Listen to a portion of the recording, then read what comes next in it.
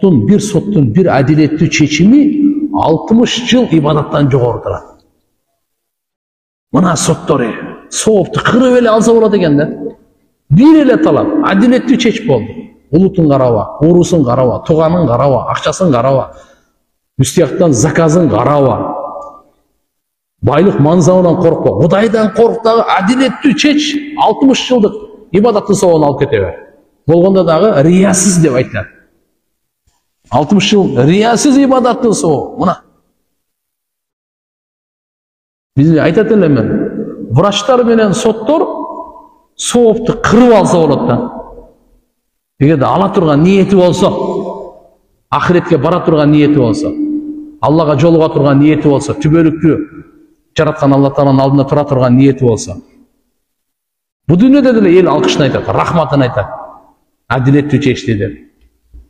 Болор кичине тыйын алдыңыз, тияка бияка кылып чечтиңиз. Будан эмне пайда? Адам деле нааразы, о жукпайт деле ал. Жумушуңа деле, ахиретиңе деле, дүйнөңө деле, ошо менен бала чаканы кантип багасың? Анан көрө күнчө соопторду албайсың.